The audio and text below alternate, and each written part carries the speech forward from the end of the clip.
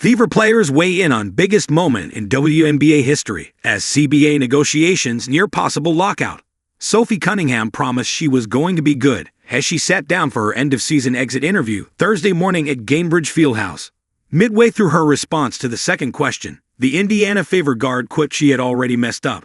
"I'm just tired of our league," Cunningham said. "They need to step up and be better.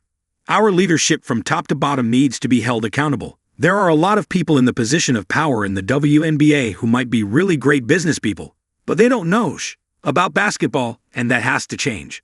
Cunningham, who played 30 games in her first season with the Fever before a torn MCL ended at August 17, spoke at length on the state of the WNBA, criticizing league leadership and voicing her frustration with the quality of officiating and status of ongoing CBA negotiations.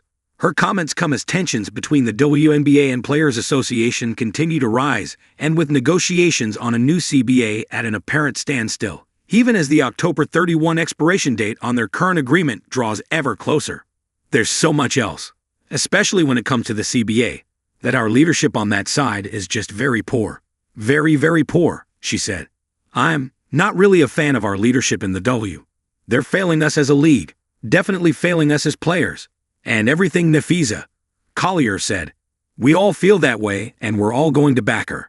It's pretty shameful that WNBA Commissioner Cathy Engelbert always makes it about herself when it should have nothing to do with her.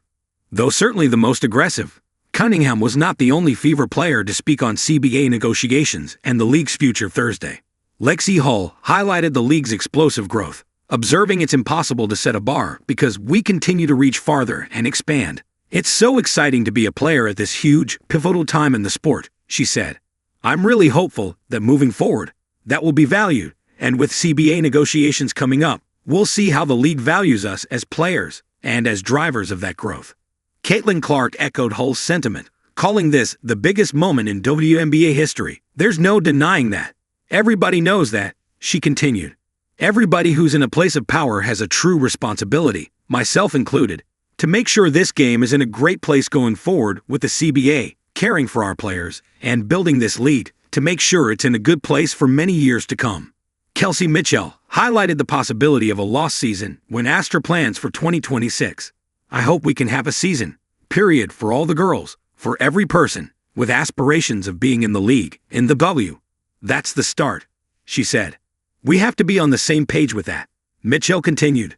Cunningham said the Players Association will have a call Thursday afternoon to get everyone a much-needed update. WNBA Commissioner Cathy Engelbert is scheduled to meet with reporters Friday night in Las Vegas, ahead of Game 1 of the WNBA Finals between the Phoenix Mercury and Las Vegas Aces. "I promise you, we're not going to play until they give us what we deserve," Cunningham said. "And that, a lockout, is where it's headed, unfortunately. Which would be the dumbest basketball decision business-wise ever considering all the momentum the W has now."